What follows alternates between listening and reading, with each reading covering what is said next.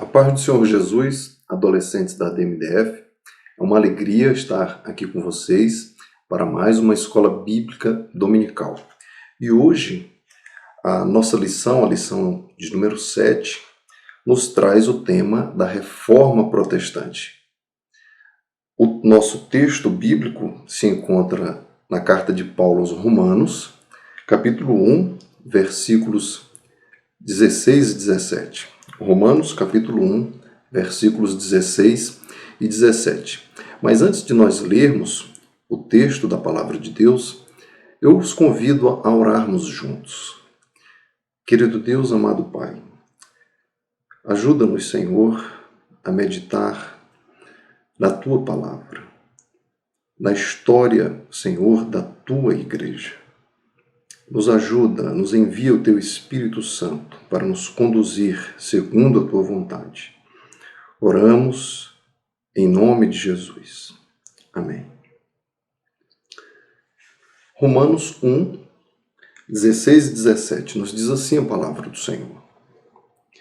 Pois não me envergonho do Evangelho, porque é o poder de Deus para a salvação de todo aquele que crê, primeiro do judeu e também do grego, porque a justiça de Deus se revela no Evangelho, de fé em fé, como está escrito: o justo viverá por fé. Muito bem. A introdução da nossa revista nos diz o seguinte: a Reforma Protestante foi um movimento inspirado pelo Espírito Santo no século XVI e que propôs o retorno da Igreja aos princípios da Palavra de Deus. Foi esse movimento que deu início às igrejas protestantes, das quais se destacam, além da Assembleia de Deus, protestante pentecostal, as igrejas históricas, luteranas, presbiterianas, anglicanas, batistas, metodistas e congregacionais. O primeiro grande instrumento de Deus para dar início à reforma foi o jovem Martinho Lutero. E hoje nós vamos estudar o tema da Reforma Protestante. Na aula passada, vocês estudaram a respeito dos pré-reformadores, aqueles homens, aqueles servos do Senhor que vieram antes de Lutero, que foram preparando o terreno, segundo a graça de Deus, para que Martinho Lutero lançasse o fundamento da Reforma Protestante. O primeiro tópico da nossa revista, Lutero e a Reforma, nos diz o seguinte: acompanhe comigo. Certo dia, Martinho Lutero, um monge agostiniano de 22 anos, encontrou na biblioteca de seu convento uma velha Bíblia em latim. Latim, aquela língua falada inicialmente pelos romanos, que já é uma língua morta, não é mais falada em lugar nenhum do mundo, e era a língua oficial da Igreja Romana. Ok? Ele ficou tão feliz em ter contato com o texto sagrado pela primeira vez que durante semanas inteiras dedicou-se a estudá-la.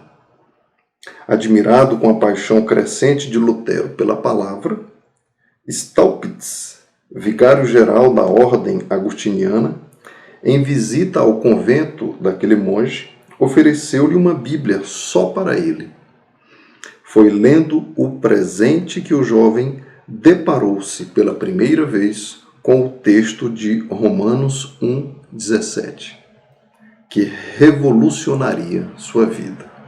O justo viverá da fé.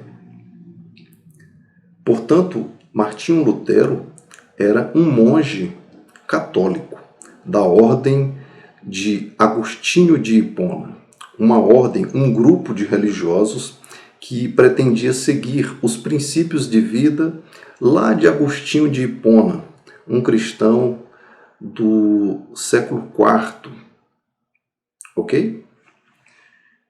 Continuemos. Pouco tempo depois, Lutero foi ordenado padre. Aos 25 anos, foi nomeado para a cadeira de filosofia em Wittenberg, para onde se mudou. Em meio às atividades como professor, dedicava-se a estudar a palavra de Deus. Foi nesse período que viajou a pé para Roma, em companhia de um monge. Passou um mês ali, tendo inclusive celebrado missas. Um dia, subindo de joelhos a Santa Escada, desejando a indulgência, que era o perdão dos pecados, indulgência que o Papa prometia a quem fizesse isso, ou seja, a quem subisse de joelhos à Santa Escada, ouviu ressoar em seus ouvidos o texto bíblico que o impressionara: o justo viverá da fé. A experiência foi tão forte que Lutero imediatamente se levantou e saiu envergonhado.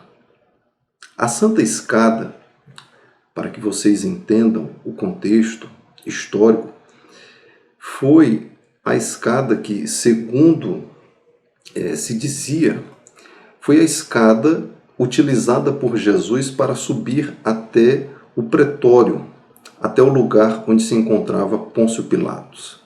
E essa escada, que era composta de 28 degraus de mármore, ela foi trazida de Roma, lá de Jerusalém para Roma, pela mãe do imperador romano Constantino, Helena.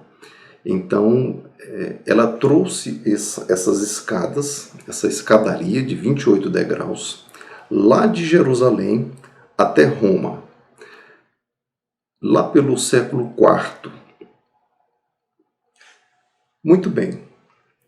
E o Papa, então, dava uma indulgência, que era um perdão de pecados, para quem subisse aquelas escadas de joelhos. E Lutero, então, seguindo a tradição, seguindo o costume de então, fez isso. Mas a palavra de Deus veio ao seu coração.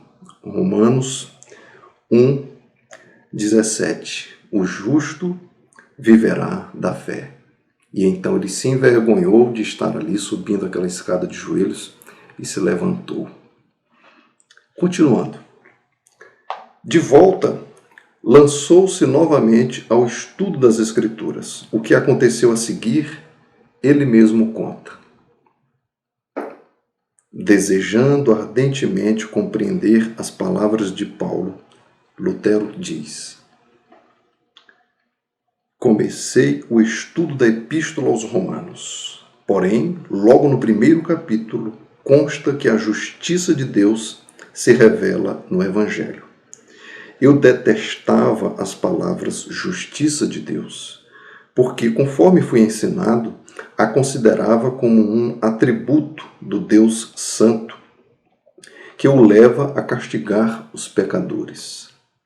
Apesar de viver irrepreensivelmente como monge, a consciência me mostrava que era pecador perante Deus. Assim, odiava a um Deus justo, que castiga os pecadores. Senti-me ferido de consciência, revoltado intimamente. Contudo, voltava sempre para o mesmo versículo, porque queria saber o que Paulo ensinava. Continua Lutero. Depois de meditar sobre o ponto durante muitos dias e noites, Deus, na sua graça, me mostrou a palavra: o justo viverá da fé. Vi então que a justiça de Deus, nessa passagem, é a justiça que o homem piedoso recebe de Deus pela fé, como dádiva. Então me achei recém-nascido e no paraíso. Todas as Escrituras tinham para mim outro aspecto. Perscrutava-as para ver tudo quanto ensinam sobre a justiça de Deus. Antes, essas palavras eram-me detestáveis. Agora as recebo com o mais intenso amor. A passagem me servia como a porta do paraíso. E aqui termina a citação de Lutero. Que experiência maravilhosa, não é, meus queridos? Lutero viveu.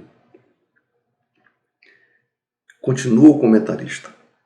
Foi o texto de Romanos 1,17 que provocou, no século XVI, a reforma protestante na Alemanha, se alastrando depois por todo o mundo. Foi em 31 de outubro de 1517 que Lutero apresentou suas 95 teses combatendo heresias que via na Igreja Católica Romana. Portanto, agora, no último dia 31, completamos 503 anos de reforma.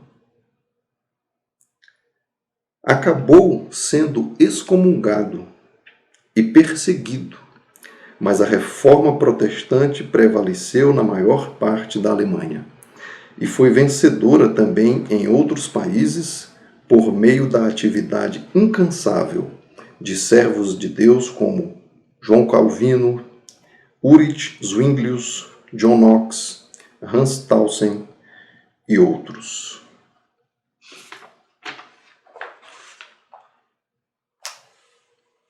Não foi fácil estabelecer os princípios da reforma. Houve perseguição, muita perseguição. Inclusive, vocês vão se recordar de John Huss, um dos pré-reformadores, que foi, de certa forma, discípulo de um outro pré-reformador chamado John Wycliffe.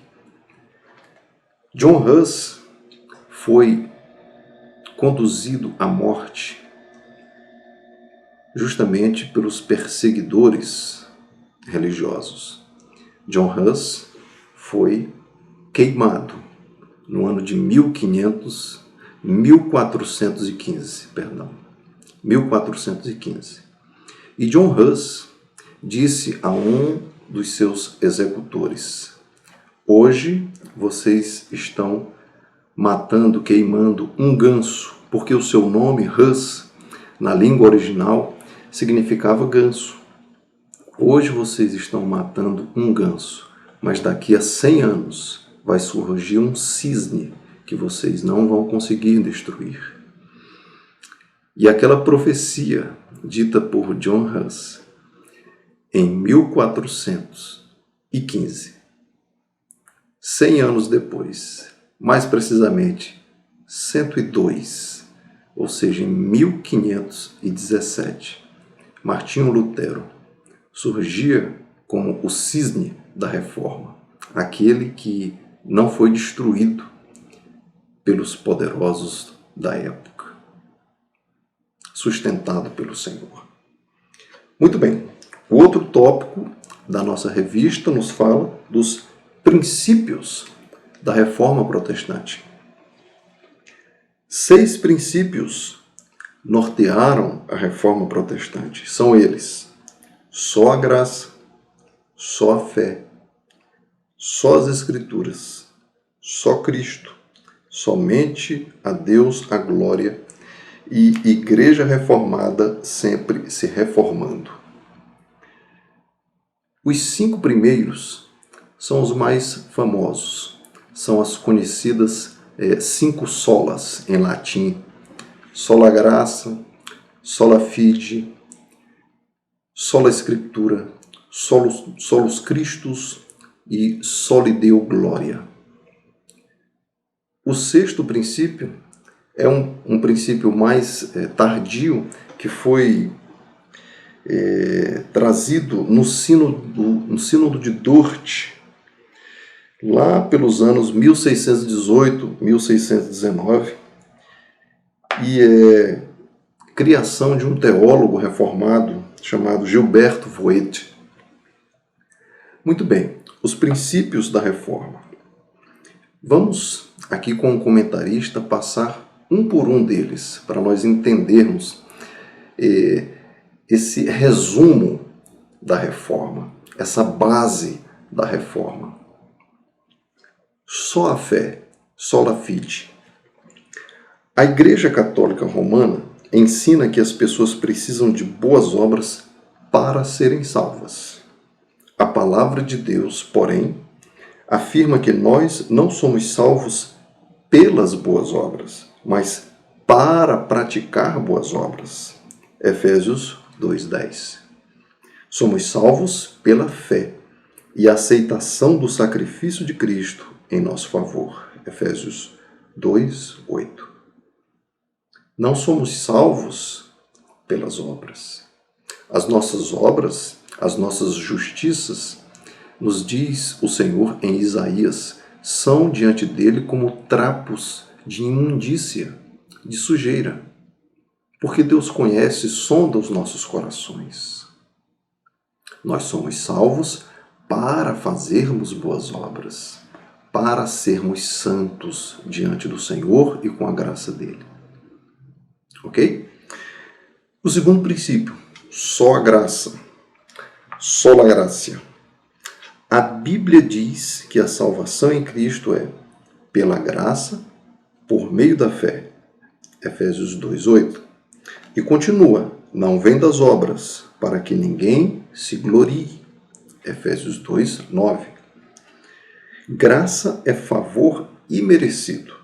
Somos salvos pela graça. Nos diz a palavra de Deus em Tito 3:5. Não pelas obras de justiça que houvéssemos feito, mas segundo a sua misericórdia, nos salvou pela lavagem da regeneração e da renovação do Espírito Santo. Portanto, somos salvos pela graça de Deus.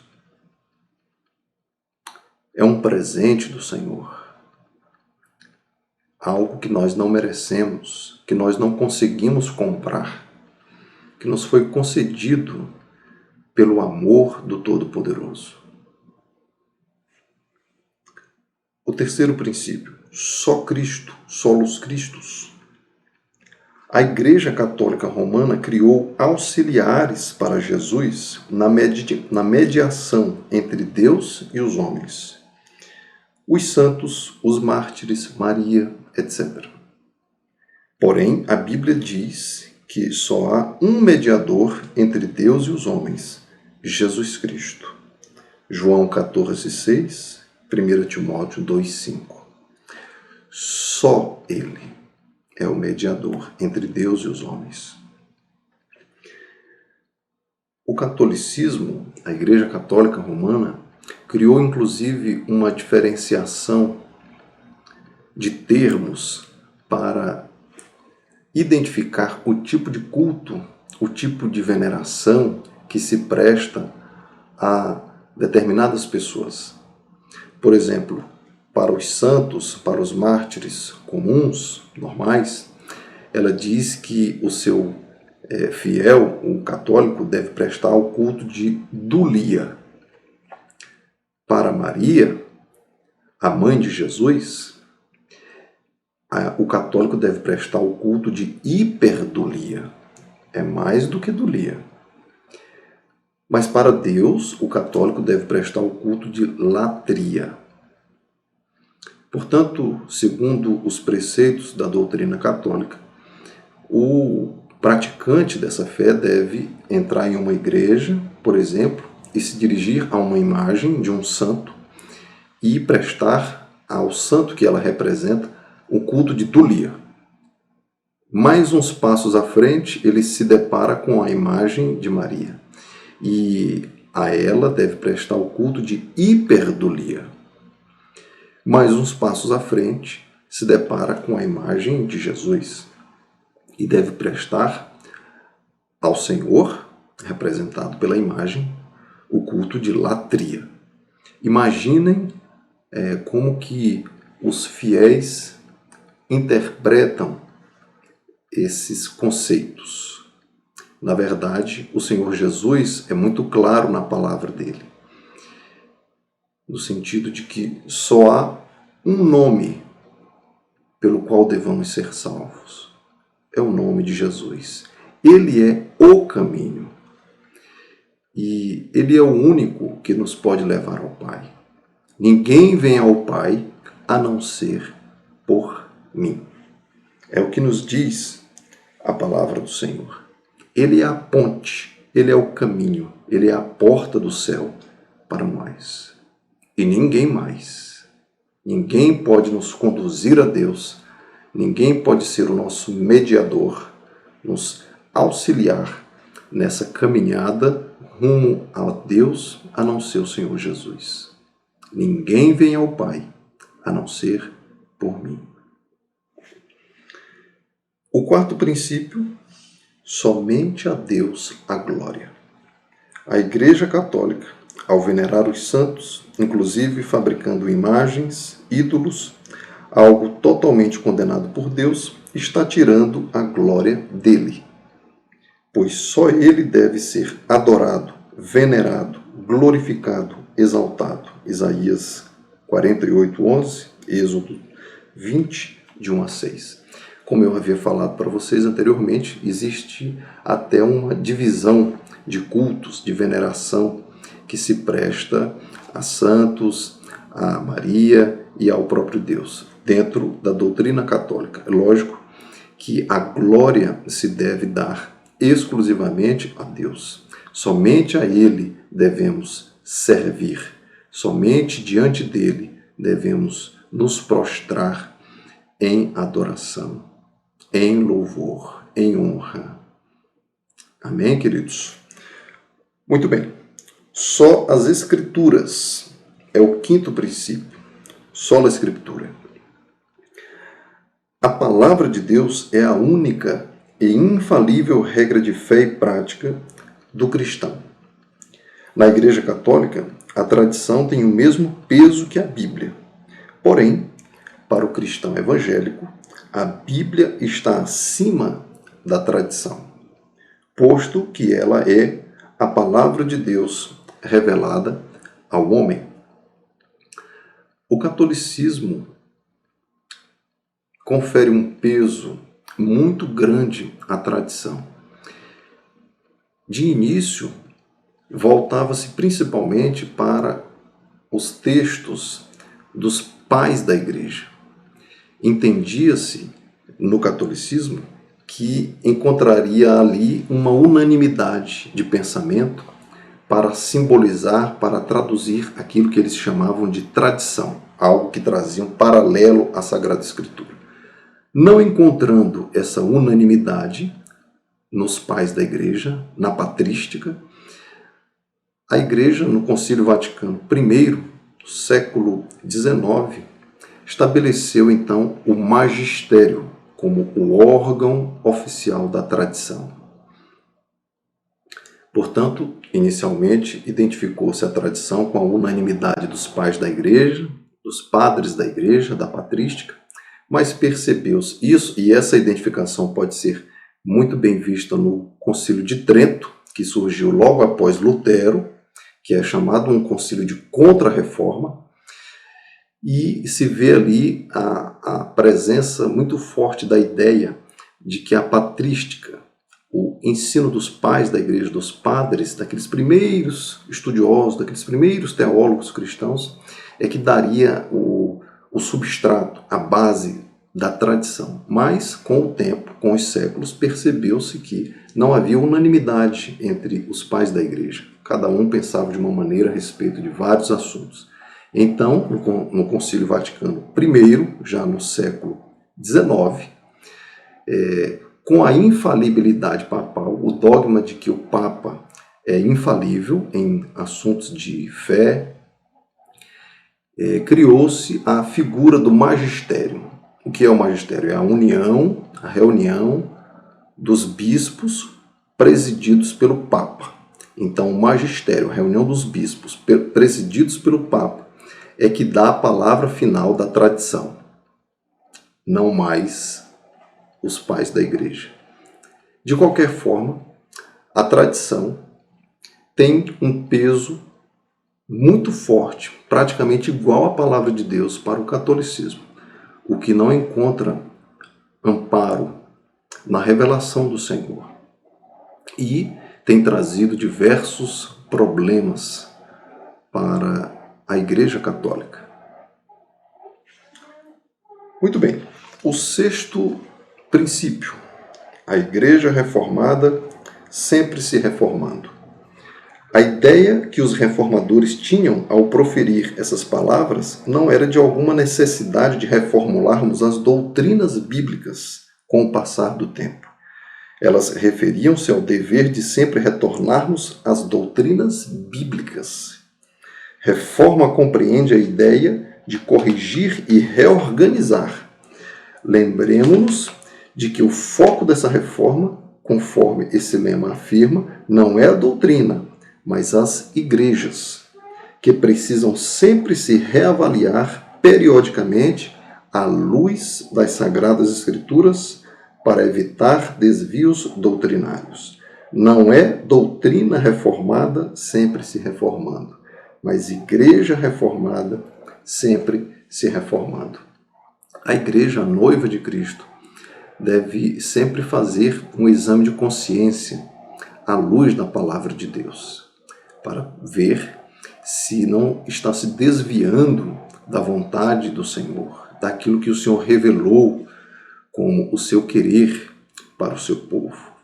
Portanto, assim como a vida de cada um de nós deve sempre, cotidianamente, estar diante da palavra de Deus, sendo por ela testada, dirigida, corrigida, assim também o corpo de Cristo, formado por todos os cristãos, deve sempre estar diante da palavra de Deus para ser por ela corrigido, reformado, se necessário.